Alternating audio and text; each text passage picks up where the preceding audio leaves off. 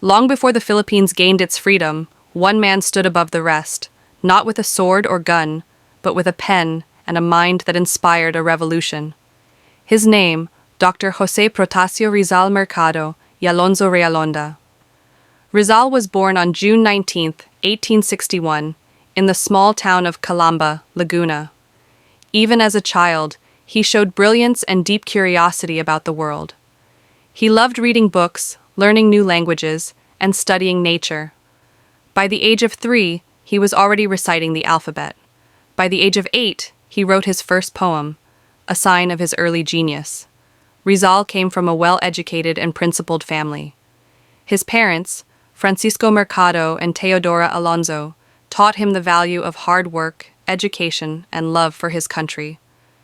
When he studied in Ateneo de Manila, he graduated with high honors, showing that knowledge and discipline could be a form of strength.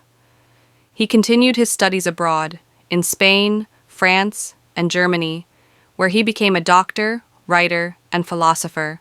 But more than that, Rizal became a voice for the oppressed Filipino people during the time of Spanish colonization. He used his pen as his weapon.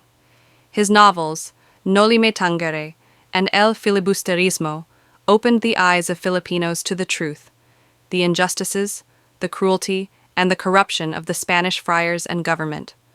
Through his writings, he awakened the spirit of nationalism, the belief that Filipinos deserved freedom, equality, and dignity. But his courage came at a price. The Spanish authorities saw his ideas as dangerous. They exiled him to Dapitan, far from his family and friends.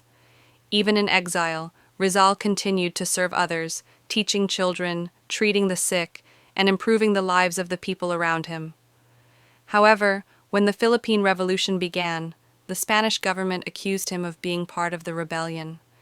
Though he did not lead the war, his writings had planted the seed of revolution in the hearts of his countrymen. On December 30th, 1896, at Bagumbayan, now Rizal Park, Rizal faced the firing squad. He was calm, brave, and dignified, choosing to die facing his executioners. His final words, consummatum est, meaning it is finished, marked not the end of his life, but the beginning of a nation's awakening. His death became the spark that ignited the fire of freedom. The people rose up, inspired by his sacrifice.